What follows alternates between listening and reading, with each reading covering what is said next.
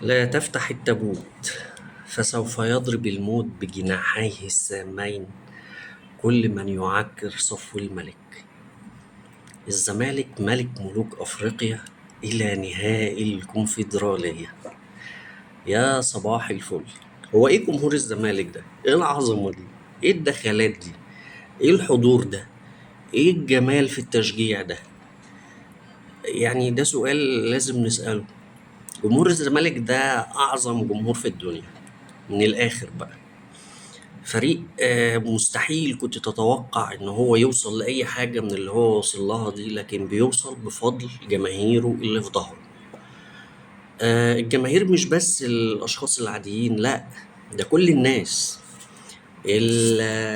الرموز، الجد والابن والحفيد، حسن شحاتة وكريم حسن شحاتة وابن كريم حسن شحاتة، ممدوح عباس وأيمن ممدوح عباس، حازم إمام وشيكابالا وأحمد عبد الله وميدو في عز الظروف اللي هو فيها وكلنا عارفينها بيحضر، ودي مش تمثيلية، لا.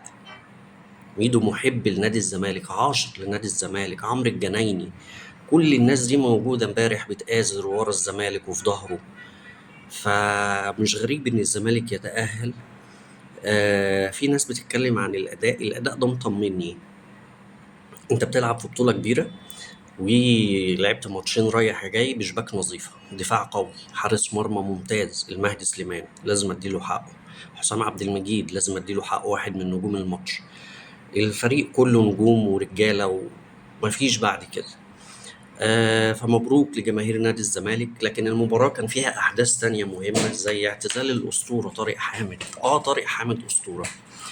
طارق حامد واحد من أفضل لعيبة خط الوسط اللي جم في تاريخ الزمالك على الإطلاق. والجماهير عملت لفتة، كانت حاطة له يافطة في المدرج يعني بمناسبة اعتزاله. فاعتزال ولا أروع يا طارق والله، ومسيرة ولا أروع. التأهل كمان كان هدية، أو هدية الإفراج عن سيد مشاغب ضحية أحداث الدفاع الجوي. كلنا عارفين سيد مشاغب وقصته، فألف مليون مبروك على الإفراج. وإن شاء الله تبقى منور المدرجات دايما كده ومولعها. في ناس كتير بتتريق على ألعاب الصالات بتاعت الزمالك. الزمالك امبارح فاز، كانت ليلة بيضة. الزمالك امبارح فاز على الأهلي في نص نهائي كأس مصر وخرجه، وهيتأهل علشان يلعب المصرية للاتصالات. تقول الزمالك فاز في الباسكت على مين؟ على الأهلي. طب والله دي بشرة خير. فصباح الفل لكل زملكاوي فريقه متأهل لنهائي الكونفدرالية. صباح الفل.